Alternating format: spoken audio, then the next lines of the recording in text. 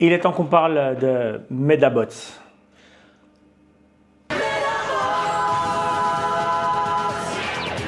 Je me souviens que de ça. Moi aussi.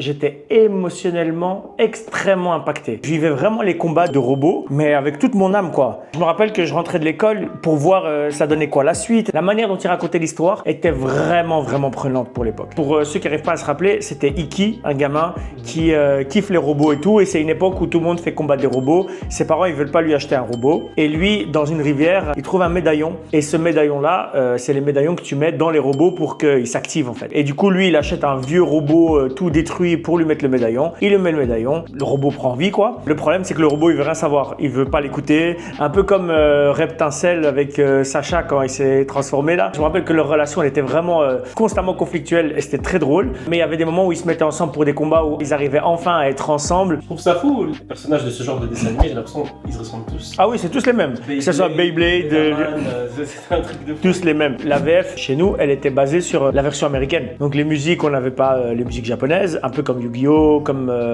non, pas Dragon Ball, on a eu de la chance parce que c'était Fox Kids qui les faisait et puis après ça passait chez nous. La version que nous on a n'a rien à voir avec la version japonaise. Je l'ai jamais connue la version japonaise, j'aimerais bien, mais je sais que ça n'a absolument rien à voir. Et les gens ils le voient aussi un peu comme Nicky Larson et City Hunter, comme une version alternative qui n'a rien à voir avec le manga original, quoi. Medabots, ça a été créé pour concurrencer Pokémon. Le jeu vidéo est sorti genre 1 an et demi après Pokémon rouge, bleu, et il y avait aussi 2 versions du jeu vidéo pour que tu puisses t'échanger, faire les combats et tout. Et c'est d'abord un jeu vidéo qui a été adapté en manga et puis en dessin animé. Il n'a jamais pu du coup devenir ce qu'il a voulu devenir. Moi je trouvais ça magnifique, la personnalisation des robots, les médaillons, c'était une dinguerie, franchement c'est dommage. Le personnage principal avec le robot, ça fait penser à Blue Beetle un peu Ouais, je vois ce que tu veux dire. D'ailleurs, Medabots, le robot, il a un peu le truc du kabuto, comment on appelle ça? Le scarabée. Ouais. Et je crois que c'était ça d'ailleurs le médaillon, je crois que c'était un scarabée dessus. Pokémon, c'est le fait que les Japonais, dans la vraie vie, ils attrapaient des insectes. Et dans Medabots, c'est le même système. Lui, c'était un kabuto du coup, si je me souviens bien. Le dernier jeu à l'époque qui était sorti, c'était en 2004. Puis pendant 5 ans, silence radio. Plus d'anime, plus de manga, plus de jeux vidéo, rien du tout. Et 5 ans après, il a ressuscité. Les jeux vidéo sont ressortis avec la DS. Mais malheureusement, ça n'a jamais percé. Et le dernier, c'est en 2020. Le créateur de Medabots, c'est resté lui le directeur artistique depuis le début de Medabots jusqu'à la fin de Medabots. Encore aujourd'hui, c'est l'un des gars qui a